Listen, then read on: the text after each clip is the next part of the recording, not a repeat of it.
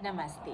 आज मैं आप लोगों के साथ एक दूसरा लेसन नोन फैक्ट शेयर करने वाली हूँ फ्रॉम द महाभारत सीरीज। ये है about the myths of Draupadi in the various Mahabharat text. तो सबसे पहला मिथ जो है, जो एक्चुअली ओरिजिनल महाभारत टेक्स्ट में नहीं लिखा हुआ, जो वेद व्यास जी ने लिखा था, मिथ नंबर 1 है कि द्रौपदी ने दुर्योधन का मजाक उड़ाया था और जब वो गिर गया था द्रौपदी ने बोला था कि अंधे का पुत्र अंधा।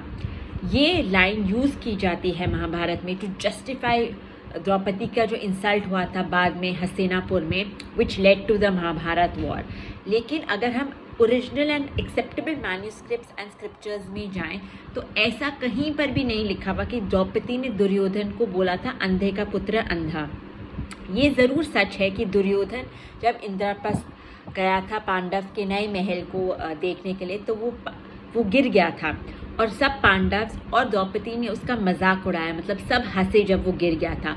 और जब दुर्योधन वापस आए हस्तिनापुर तो उन्होंने बताया कि ऐसे में गिर गया था उनके महल में और सब ने इंक्लूडिंग द्रौपदी ने मेरा मजाक उड़ाया। बट एंशिएंट स्क्रिप्चर्स ये नहीं कहते कि दुर्योधन कह रहे हैं कि द्रौपदी ने कुछ उसको ऐसा कहा था कि अंधे का पुत्र अंधा।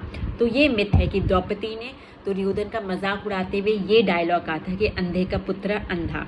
दूसरा मिथ ये है कि द्रौपदी ने भीम को बोला था कि मुझे कौरव के खून से मैं अपने बाल धोऊंगी। ये मिथ है। द्रौपदी ने कभी भी ऐसा कोई भी इच्छा नहीं रखा था प्रतिशोध लेने के लिए उनके साथ जो हस्तिनापुर में उनका जो चीरहरण हुआ था।